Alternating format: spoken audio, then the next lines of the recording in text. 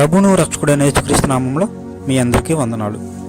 యేసుక్రీస్తు ఈ భూమి మీదకి ఎందుకు వచ్చారో ఈ వీడియో ద్వారా తెలుసుకుందాం. దేవుడు మెస్సియా పాపులను రక్షించుటకు, వారిని దేవునితో సమాధానపరచుటకు పంపించబడతాడని ధర్మశాస్త్ర గ్రంథంలో ప్రవక్తల ద్వారా రాయించాను. యేసుక్రీస్తు జీవితము ఈయనే మెస్సియని, పాపుల రక్షకుడని తెలియజేస్తున్నది. కన్యక గర్భవతి కుమారుని కనెను అని యెషయా అనే ప్రవక్త చెప్పినట్లుగా అది జరగను. దేవుడు తన శక్తి చేత కన్యకగా ఉన్నప్పుడే మరియ ద్వారా యేసును పుట్టించను. దేవుడు తన గ్రంథంలో రాయించినట్లుగా తన కుమారుడు అని పిలుచుకునే మెస్సియా ఈ పసివాడే అనుటకు దేవుని యొక్క సూచనలే ఆధారము. ప్రజలు యేసుని చూసినప్పుడు దేవుని స్వభావమును, శక్తిని ఆయనలో చూసెను. యేసు ప్రజలను స్వస్థపరిచి, పాపులను క్షమించి, నిత్యరాజ్యంలో వారికి స్థానం కల్పించదనని వాగ్దానం చేశాను. యేసుక్రీస్తు మానవులందరి కొరకు తన ప్రాణాన్ని బలి ఇచ్చి శిక్షను అనుభవించను. మానవులకు ఆదాం ద్వారా పోయిన జీవంలోనికి యేసు తిరిగి వచ్చి తన శక్తి మరణపు శక్తి కన్నా గొప్పదని చూపెను.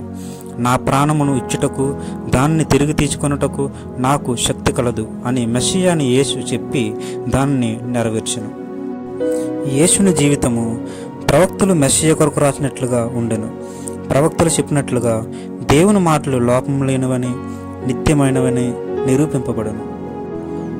దేవుని గ్రంథం ద్వారా లోకంలోని ప్రజలకు దేవుడు తనను తాను యేసుక్రీస్తు ద్వారా బయలుపరుచుకున్నాడు. దేవుడు మొదటి స్త్రీ పురుషుని చేసినప్పుడే యేసును మనకు జీవముచ్చుటకు, దాన్ని పరిపూర్ణం చేయుటకు సిద్ధపరచను.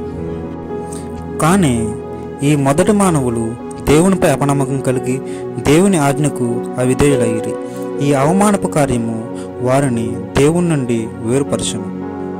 మానవులందరూ పాపం చేశారని మరియు పాపమునకు జీతం మరణమని గ్రంథంలో రాయబడింది. పాపం చేసిన ప్రజలు దేవునితో సహవాసంలో జీవించలేరు. అబ్రహాము కుమారుని స్థానంలో దేవుడు పొట్టేలును సిద్ధం చేసినట్టుగా ఆదాము సంతతికి బదులుగా మరణించుటకు యేసు ఈ లోకమునకు వచ్చెను. యేసును నమ్మి విశ్వసించేవారు దేవుని సన్నిధికి వచ్చుటకు ఇలాగ జరుగును. కావున యేసును వెంబడించేవారు నరక శిక్ష నుండి తప్పించుకొని దేవునితో సదాకాలము జీవించును. యేసు మరణం నుండి లేచిన తరువాత ప్రజలు మారు మనసు పొంది దేవుని వైపు తిరిగి వారి పాపములు దేవుడు క్షమించనని ప్రజలు నా నామములో ప్రకటింతురు అని తన శిష్యులతో చెప్పాను. సత్యమును ప్రజలకు చూపుటకు, దేవుని మార్గంలో నడుచు శక్తినిచ్చుటకు పరిశుద్ధాత్మను పంపిదనని యేసు చెప్పాను.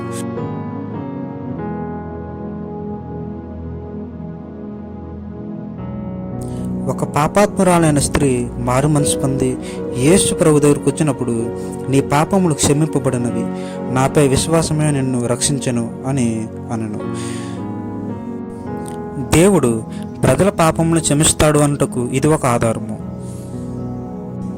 దేవుడు మనల్ని నిజంగా ప్రేమిస్తున్నాడు కనుక మన పాపములను మనం ఒప్పుకున్నట్లయితే మనల్ని క్షమించడానికి ఇష్టపడుతున్నాడు. మెస్సియా అయిన యేసు దేవుడు మనందరి కొరకు సిద్ధపరిచిన నిత్యరాజ్యమును పొందుటకు ఆయనను వెంబడించవలనని ప్రకటించను. యేసును వెంబడించాలనుకున్న వారు ఎలాగ ప్రార్థించవచ్చు? తండ్రి దేవా, నీవు యథార్థవంతుడువు, నీవు నన్ను ప్రేమిస్తున్నందుకు వందనములు. నీకు వ్యతిరేకంగా నీ ఆజ్ఞలకు అవిధేయత చూపినందుకు నేను బాధపడుతున్నాను. నీవు నాకు బదులుగా శిలువలో మరణించుటకు యేసును పంపి మృతుల్లో నుండి తిరుగులేపి నన్ను రక్షించినందుకు నీకు వందనములు. నేను చేసిన పాపములకు బదులుగా యేసు మరణించినందుకు నేను నీకు కృతజ్ఞుడనై ఉన్నాను. నేను నీ మార్గంలో నడుచుటకు యేసును నా రక్షకునిగా, నా ప్రభువుగా అంగీకరించుటకు నేను ఇష్టపడుతున్నాను. నీవు నా పాపములు క్షమించి నీ రాజ్యంలో సదాకాలము నీతో ఉండుటకు మార్గం తెరిచినందుకు వందనములు. నీతో ఉండుటకు, నీ మార్గంలో నడుచుటకు నీ పరిశుద్ధాత్మతో నన్ను నింపుము. నీకు నచ్చినట్లుగా జీవించుటకు, పూర్ణ మనస్సుతో జీవించుటకు నాకు శక్తి నిమ్ము. లోకమంతటా జనులు నిన్ను స్తుతించుదురుగాక. ఆమేన్. నా గొర్రెలు నా స్వరము వినను, నేను వాటిని ఎరుగుదును, అవి నన్ను వెంబడించును అని యేసు తన శిష్యులతో అనెను. యేసుని వెంబడించేవారు ప్రతిదినము ఆయన వాక్యం చదివి గ్రహించుకొని ఆయనతో ప్రార్థన ద్వారా మాట్లాడి ఆయన మాదిరిగా జీవించి ఆయన మాటలను ఇతరులకు చెప్పుచూ ఉండవలను. మన హృదయంలో ఉన్న దేవుని మాటలతో మనం బలపడి ఆయన వలె నడుచుకొనవలను. పరలోకమందును భూమి మీదను సర్వాధికారము దేవుడు నాకు ఇచ్చెను. నేను యుగ సమాప్తి వరకు మీతో సదాకాలము ఉన్నాను అని మీరు తెలుసుకొనుడని పరలోకమునకు ఎత్తబడకమునకు యేసు తన శిష్యులతో చెప్పినది మనము జ్ఞాపకం చేసుకుందాము. దేవుడు మిమ్మల్ని బలపరచును గాక. ఆమేన్.